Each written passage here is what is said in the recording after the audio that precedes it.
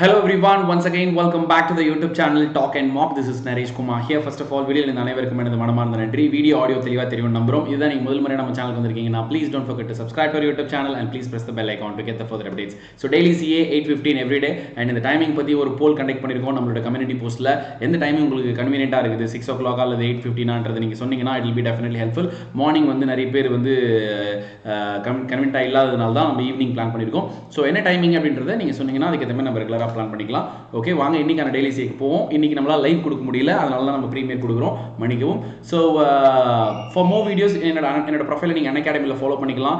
Plus subscription இன்ட்ரெஸ்டடாக இருந்தால் talk and மாக்ன்ற code use பண்ணி 10% discount எடுத்துக்கலாம். நான் இப்போ 2 ப்ளஸ் கோர்ஸ் ஸ்டார்ட் பண்ணியிருக்கேன். என்னோட சேர்ந்து நிறைய டாப் எஜுகேட்டர்ஸும் இங்கே உங்களுக்கு நிறைய கிளாஸ் எடுக்கிறாங்க. அது எல்லாமே உங்களுக்கு ரொம்பவே ஹெல்ப்ஃபுல்லாக இருக்கும். ஸோ அதனால் அந்த எல்லா கோர்ஸும் நீங்கள் பார்த்துக்கங்க.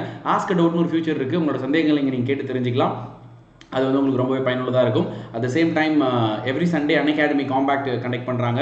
26 வரப்போகுது. அதுக்கும் நீங்கள் மறக்காம அட்டன் பண்ணுங்கள். எல்லா லிங்க்கும் டிஸ்கிரிப்ஷனில் கொடுத்துருக்கேன். இன்னைக்கு ஸ்பெஷல் சென்ட் கிடையாது.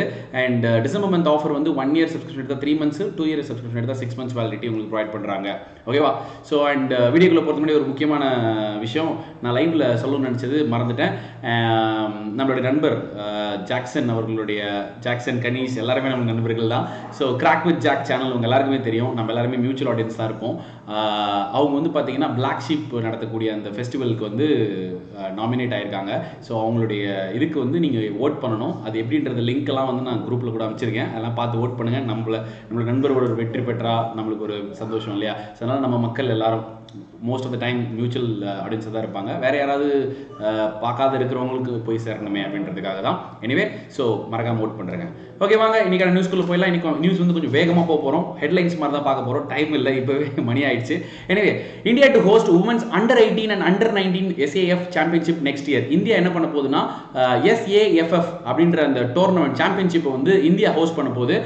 உமன் அண்டர் 18 அண்டர் 19 இந்த ரெண்டுத்தையுமே நம்ம வந்து என்ன பண்ண போகிறோம், ஹோஸ்ட் பண்ண போகிறோம். இதில் வந்து அண்டர் 18ல வந்து பார்த்தீங்கன்னா ஒரு 5 நாடுகள் பார்ட்டிசிபேட் பண்ண போகிறாங்க. பங்களாதேஷ், பூட்டான், நேபாள், ஸ்ரீலங்கா, இந்தியா. ஆனால் அண்டர் 19ல எக்ஸ்ட்ராவாக ஒரு நாடு வருது, மால்தீவ்ஸ். ஸோ 2022 நடக்கக்கூடிய இந்த போட்டியை இந்தியா வந்து ஹோஸ்ட் பண்ணுது. ஹோஸ்ட் பண்ணதுனால கண்டிப்பாக இதில் வந்து வெற்றி பெறுவதற்கு நமக்கு நிறைய வாய்ப்பு இருக்குது. ஏன்னா சப்கான்டினென்ட் நேஷன்ஸ் தான் எல்லாமே. ஸோ நம்ம டீம் வந்து இதில் வின் பண்ணணும்னு நம்மளுடைய வாழ்த்துக்களை சொல்லி தெரிவிச்சுப்போம். So SAF championship 2022 under 18 and under 19 will be hosted by India. இன்னைக்கு என்னென்ன அப்பாயின்மெண்ட்ஸ் அண்ட் ரெசிக்னேஷன்ஸ் பார்க்கலாமா? நம்மளுடைய PV சிந்து வந்து பார்த்தீங்கன்னா பேட்மிண்டன் வேர்ல்ட் ஃபெடரேஷன் இருக்கு இல்லையா, அந்த அத்லெட் கமிஷன் ஒரு அமைப்பு இருக்கு. அந்த கமிஷன்ல வந்து பாத்தீங்கன்னா 6 பேர் கொண்ட குழு இருக்கு. அந்த 6 பேர் கொண்ட குழுவில் PV சிந்து வந்து இன்க்ளூட் பண்ணிருக்காங்க. இந்த நியமனம் வந்து அடுத்த 2025 வரைக்கும் இந்த அவங்களுடைய பீரியட் அப்படின்னு சொல்லியிருக்காங்க. ஸோ அவங்க நிறைய டிஸ்கஷன்ஸ் எப்படி நம்ம எடுத்துட்டு போகலாம் நெக்ஸ்ட் லெவலுக்கு, அந்த மாதிரியான விஷயங்கள்லாம். இதுல வந்து 6 மெம்பர்ஸ்மே பாத்தீங்கன்னா ஆல்ரெடி அவங்க எல்லாருமே வந்து ஒரு எக்ஸ்பர்ட்ஸ்.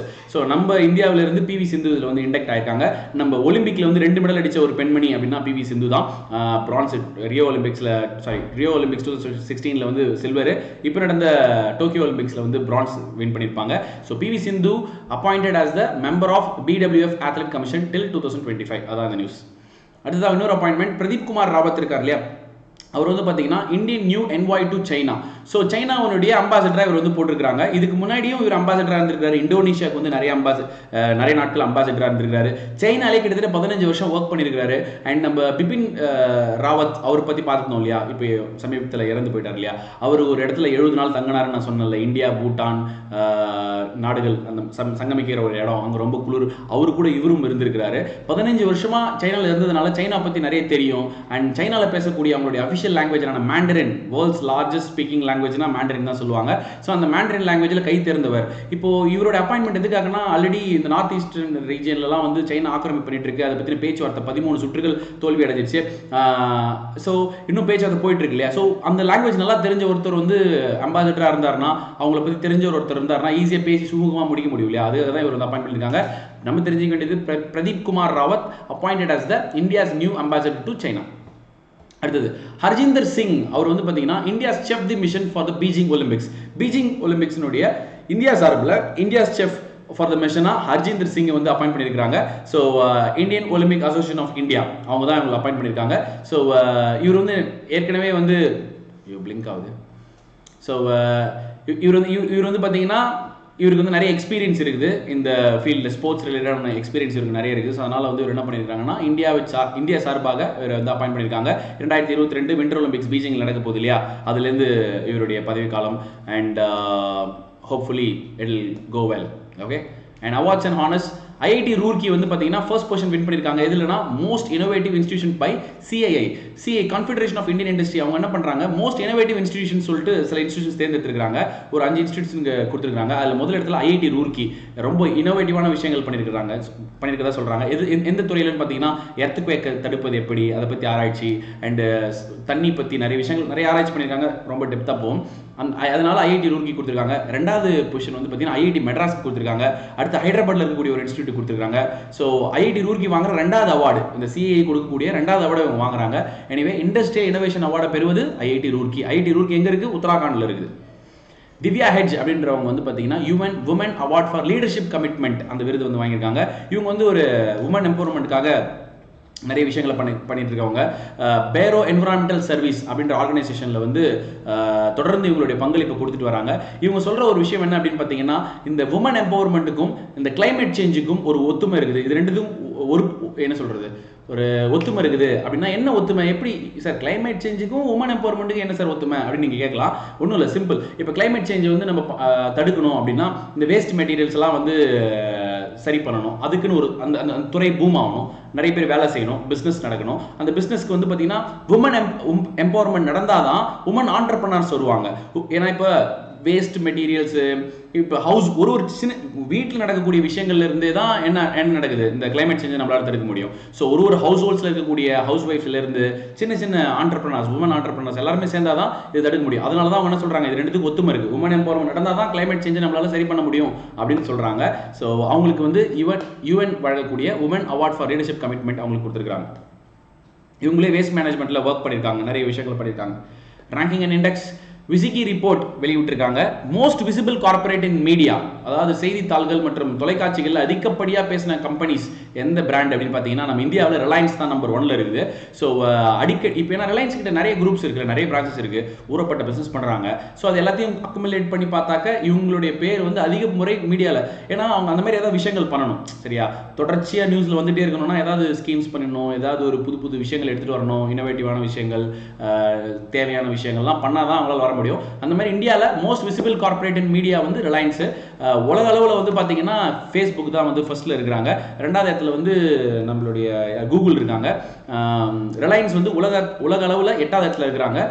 டெஸ்லாவே வந்து 12வது இடத்துல இருக்குது. டாடா மோட்டார்ஸ் வந்து 18வது இடத்துல இருக்குது. இது எல்லாமே வேர்ல்டு ரேங்கிங். ஓகேவா. ஸோ இந்தியன் ரேங்கிங் படி பார்த்தா நான் சொன்ன மாதிரி Reliance first, Bharti Airtel, Infosys, Tata Motors, HDFC, TCS, Maruti Suzuki, Vodafone Idea, ICICI அப்படின்னு சொல்லி லைனாக வந்துட்டு இருக்காங்க. எனிவே நம்மளோட NTPC வந்து பார்த்தீங்கன்னா 13th ரேங்கை ஹோல்ட் பண்ணுறாங்க. பேங்கிங் அண்ட் எக்கானமிக்ஸ், நம்மளுடைய ஜன்தன் யோஜனா பற்றி நம்ம நிறைய படிச்சுட்டு இருப்போம். மிகப்பெரிய ஒரு விஷயம், எல்லாருக்குமான பேங்க் அக்கௌண்ட் அப்படின்ற மாதிரி படிச்சிருப்போம். அது வந்து பார்த்தீங்கன்னா 44 கோடி பேர் வந்து அக்கௌண்ட் கிரியேட் பண்ணிட்டாங்க அப்படின்னு சொல்கிறாங்க. இந்த ஜன்தன் யோஜனா மூலமாக 44 கோடி பேர் வந்து அக்கௌண்ட் ஓப்பன் பண்ணியிருக்காங்களாம். அதில் இப்போதைக்கு நிலுவைத் தொகை இருக்கக்கூடிய அமௌண்ட் வந்து 1,47,812 கோடி ரூபாய் இருக்குது, டிசம்பர் 8 ஸ்டாட்டிஸ்டிக் படி அப்படின்னு சொல்கிறாங்க.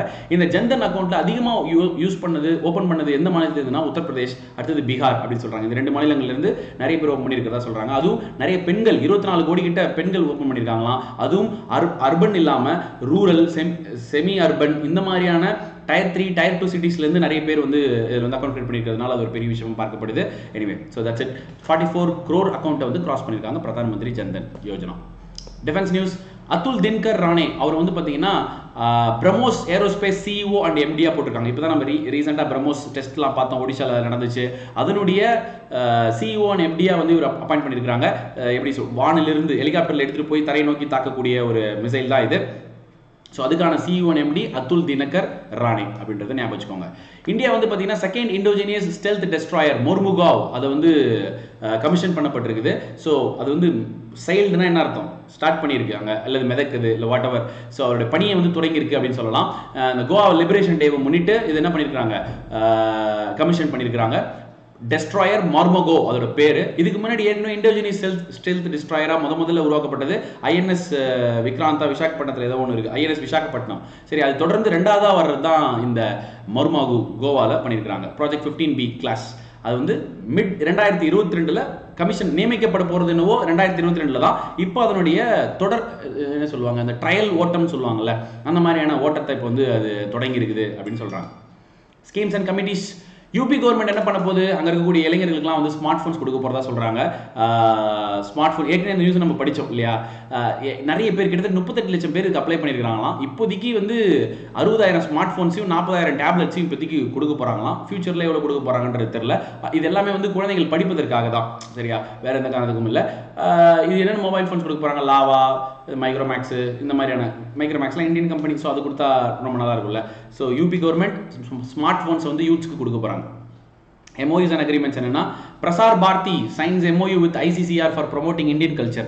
ICCR இருக்காங்கல்ல, Indian council for culture relation, அவங்க என்ன பண்ணுவாங்க, நம்மளோட கலாச்சாரத்தை வந்து சார்ந்த நிறைய நிகழ்வுகள், நிறைய நிகழ்ச்சிகள் இதெல்லாம் வந்து பண்ணுவாங்க. அதெல்லாம் வந்து டெலிகாஸ்ட் பண்ணுறது அவங்களுடைய பார்ட்னராக பிரசார் பாரதி இருக்க போகிறாங்க. அதற்கான ஒரு ஒப்பந்தம் தான் கையெழுத்தாயிருக்கிறதா சொல்கிறாங்க, வேற ஒன்றுமே கிடையாது. Summits and conference. Gujarat government என்ன பண்ணிருக்கு, 10th vibrant Gujarat global submit 2022 நடக்க போகுது. ஸோ இது வந்து பார்த்தீங்கன்னா ஒரு பைலேனியல், இப்போ 2 வருஷத்துக்கு ஒரு முறை நடக்கக்கூடிய பையானியல், 2 வருஷத்துக்கு ஒரு நடக்கக்கூடியது தான். 2003 தான் ஃபர்ஸ்ட் ஸ்டார்ட் பண்ணாங்க. நம்மளுடைய நரேந்திர மோடிஜி அங்கே சீஃப் மினிஸ்டராக இருக்கும்போது அவர் தான் இதை பண்ணார். தொடர்ச்சியாக 2 வருஷத்துக்காக வந்துட்டு இருந்தது. இந்த இடம் வந்து வைப்ரண்ட் குஜராத் அப்படின்னா என்னது, ஒரு புத்துணர்ச்சி அப்படின்னு சொல்லலாமா, ஒரு அதிர்வான ஒரு விஷயம்னு சொல்லலாம். ஸோ இவங்க வந்து ஒரு ஃபீல்டு 2 ஃபீல்டுன்னு இல்லை, எல்லா ஃபீல்ட்லையும் ஆர்டிஃபிஷியல் இன்டெலிஜென்ஸாக இருக்கட்டும், ட்ரக் ப்ரொடக்ஷனாக இருக்கட்டும், நிறைய விஷயங்கள், ஃபார்மாட்டிக்கல்ஸ், இந்த மாதிரி எல்லா விஷயங்கள்லையும் வந்து இவங்க கான்சன்ட்ரேட் பண்ண போகிறதா சொல்லியிருக்காங்க. So 2022 10th vibrant Gujarat global submit organise பண்ண போகிறாங்க குஜராத் கவர்மெண்ட். 2 இயர்ஸ் கொஞ்சம் இது பண்ணுவாங்க. International news. கேப்ரியல் போரிக், இந்த நியூஸ் எல்லாமே படிச்சிருப்பீங்க. இவர் தான் யங்கஸ்ட் எவர் பிரசிடென்ட், சிலியோடைய புது பிரசிடென்ட்டாக இவர் உருவாயிருக்காரு. இந்த நாட்டை பற்றி பார்க்கணும்னா 1973 1990 வரைக்கும் மிலிட்டரி ரூல் தான் நடந்துட்டு இருக்கு. ரொம்ப சர்வாதிகாரமான ஒரு ஆட்சி நடந்திருக்கு. அதுவும் ரொம்ப கொடுங்கோல் ஆட்சினே சொல்லலாம். அதற்கு பிறகுதான் வந்து இந்த மாதிரியான எலெக்ஷன் சிஸ்டம்லாம் வந்துச்சு. அண்ட் இவர் வந்து 35 வயசு தான் ஆகுது, அதுக்குள்ள பிரசிடென்ட் ஆயிருக்காரு. 56% ஓட்டு வாங்கியிருக்காரு. எதிர்த்து போட்டி விட்டு 44% ஓட்டு வாங்கியிருக்காரு. இவர் வந்து பெரிய அளவுக்கு பின்புலம் இல்லை. இவர் வந்து பார்த்தீங்கன்னா வெறுமன யங்ஸ்டர்ஸ் தான் இவர் வந்து சப்போர்ட் பண்ணியிருக்காங்க. அதுவும் சோஷியல் மீடியா மட்டுமே நம்பி அதில் விளம்பரப்படுத்தி இது இவ்வளோ பெரிய ஒரு வெற்றியை அடைஞ்சிருக்கிறாரு. கேப்ரியல் போரிக்கு நம்மளுடைய வாழ்த்துக்களை தெரிவிச்சுப்போம். அண்ட் அந்த நாட்டில் வந்து பார்த்தீங்கன்னா காஸ்ட் ஆஃப் லிவிங் ரொம்ப அதிகமாகிடுச்சு. எல்லாமே காசு அதிகமாகிடுச்சு. பஸ் டிக்கெட்டு, கரண்ட் பில்லு, இந்த மாதிரி எல்லாமே அதிகமாகுது. எல்லாம் அதிருப்தி, நிறைய போராட்டங்கள், நிறைய ரெபல்ஸ் இந்த மாதிரி நடந்துட்டு இருந்துச்சு. ஸோ அதுக்கெல்லாம் ஒரு முடிவு கட்டும் விதமாக இப்போ ஒரு பிரசிடென்ட் தேர்ந்தெடுத்துருக்காங்க. Anyway let's see. Aim, NITI Aayog and UNCDF. இப்போ தான் ரீசெண்டாக UNCDF பார்த்தோம். ஒடிஷாவில் வந்து நிறைய செல்ஃப் ஹெல்ப் குரூப்ஸ்க்கு வந்து ஹெல்ப் பண்ண போகிறதா சொல்லியிருந்தாங்க இல்லையா. அவங்க எய்ம், நித்தி யோக் இவங்க எல்லாரும் சேர்ந்து ஃபர்ஸ்ட் அக்ரிடெக் கோஹாட் அப்படின்னு ஒரு விஷயத்தை பண்ண போகிறாங்க. என்னன்னா, ஏசியா மற்றும் ஆப்பிரிக்கா நாடுகளில் இருக்கக்கூடிய சின்ன சின்ன ஃபார்மர்ஸ்லாம் இருக்காங்கல்ல, அவங்களுக்கு ஹெல்ப் பண்ணும் விதமாக இந்த ஒரு இது இருக்க போகுது. 3 பேரும் இணைஞ்சி பண்ணுறாங்க. சின்ன சின்ன விவசாயிகளுக்கு என்ன மாதிரியான பிரச்சனைகள்லாம் இருக்குது, அவங்களுக்கு என்ன மாதிரியான தேவைகள் இருக்குது, அவங்களுக்கு என்ன மாதிரிலாம் உதவி பண்ணலாம் அப்படின்றத பண்ண போகிறாங்க. முக்கியமாக India, Indonesia, Malawi, Malaysia, Kenya, Uganda, Zambia இந்த நாடுகளுக்கெல்லாம் வந்து பெரிய மார்க்கெட் இருக்குது. ஸோ அங்கே இருக்கக்கூடிய ஃபார்மர்ஸை தட்டி கொடுத்தா இன்னும் பெரிய ஒரு ஆளாவாங்க அப்படின்றதுக்காக தான் இந்த விஷயம் பண்ணப்பட்டிருக்கு. ஃபர்ஸ்ட் அக்ரிடெக் கோஹாட் 3 பேர் சேர்ந்து பண்ணியிருக்காங்க. State and national news. Punjab CM என்ன பண்ணியிருக்காருன்னா, ஸ்டேட் ஃபெஸ்டிவல் அப்படின்ற ஒரு டேக் கொடுத்துருக்காங்க. ஜெகநாத் ராத் யாத்ரா அப்படின்னு சொல்லி ஒரு ஃபெஸ்டிவல் இருக்குது. இது அதிகப்படியாக ஒடிஷாவில் தான் செலிப்ரேட் பண்ணுறாங்க. இது ஒரு மிகப்பெரிய ஃபெஸ்டிவல் ஒடிஷாவில். அதுக்கு அடுத்தபடியாக இது விமர்சையாக கொண்டாடப்படுறது எங்கன்னு பார்த்தீங்கன்னா பஞ்சாப்ல. ஸோ அதனால் வந்து என்ன பண்ணியிருக்காங்க, பஞ்சாப் வந்து இந்த ஸ்டேட் ஃபெஸ்டிவல் அனௌன்ஸ் பண்ணுறாங்க. ஸ்டேட் ஃபெஸ்டிவல் அனௌன்ஸ் பண்ணிட்டாங்கன்னா அதுக்கப்புறம் அதுக்கு லீவ் விட்டுருணும், ஸ்டேட் ஹாலிடே விடுவாங்க, அந்த மாதிரி நிறைய விஷயங்கள்லாம் இருக்கும். ஸோ ஸ்டேட் ஃபெஸ்டிவல் ஜெகநாத் ராத் யாத்ரா பஞ்சாப் வந்து சிஎம் வந்து டேக் கொடுத்துருக்காரு. ஓகே. பிஎம் நரேந்திர மோடி என்ன பண்ணியிருக்காரு, இப்போ கோவா லிபரேஷன் டே நடந்துச்சுல்ல, ஸோ கோவா போய் பார்த்துருக்காரு. கோவா போய் கோவா இப்படி அப்படி அப்படின்னு பேசியிருக்காரு. அண்ட் ஆப்ரேஷன் விஜய் பற்றி பேசியிருக்காரு. நிறைய விஷயங்களை இனாகரேட் பண்ணி வச்சிருக்காரு. மெடிக்கல் காலேஜ், மியூசியம், இந்த மாதிரியான விஷயங்கள்லாம் இவர் இனாகரேட் பண்ணி வச்சிருக்காரு. ஹாஸ்பிட்டல்ஸ், ஸ்கில் டெவலப்மெண்ட் சென்டர்ஸ் இதெல்லாம் இனாகரேட் பண்ணி வச்சிருக்காரு ஆன் கோவா லிபரேஷன் டே. இது நேற்று நம்ம பார்த்த news. 100 megawatt solar contract project. Battery பார்த்துட்டோம்ல, இந்த பேட்டரி பற்றி நான் நேற்றே சொல்லிட்டேன் நினைக்கிறேன். சொல்லியா? நேற்று சொல்லிட்டேன். Quote of the day: it doesn't matter where you are coming from, all that matters is where you are going. Brian Tracy. எங்க இருந்து வரோன்றது முக்கியம் இல்லை, எங்க போயிட்டு இருக்கோம் அப்படின்றது தான் ரொம்ப முக்கியம். சரியா? ஸோ அதான், நம்ம எந்த நிலைமையில வேணா இருக்கலாம். ஓகே, அது நமக்கு முக்கியம் இல்லை, எந்த நிலைமைக்கு போக போகிறோம் அதுதான் ரொம்ப முக்கியம். அதை கான்சென்ட்ரேட் பண்ணி போயிட்டே இருக்கணும். And that's it my dear friends. And நான் ஆரம்பத்தில் சொன்ன மாதிரி ஃப்ளாக்ஷிப் அவார்ட்ஸ்க்கு நம்மளுடைய நண்பர் சேனலுக்கு வந்து எல்லாரும் ஓட் பண்ணுங்கள். லிங்க் நம்மளுடைய டெலிகிராம் குரூப்பில் போட்டிருக்கோம். நம்மளுடைய என்ன சொல்கிறது, நண்பர் வெற்றி பெறுவதற்கு நீங்கள் எல்லாரும் உதவுவீங்கன்னு நம்புகிறேன். நன்றி, வணக்கம். Thank you so much.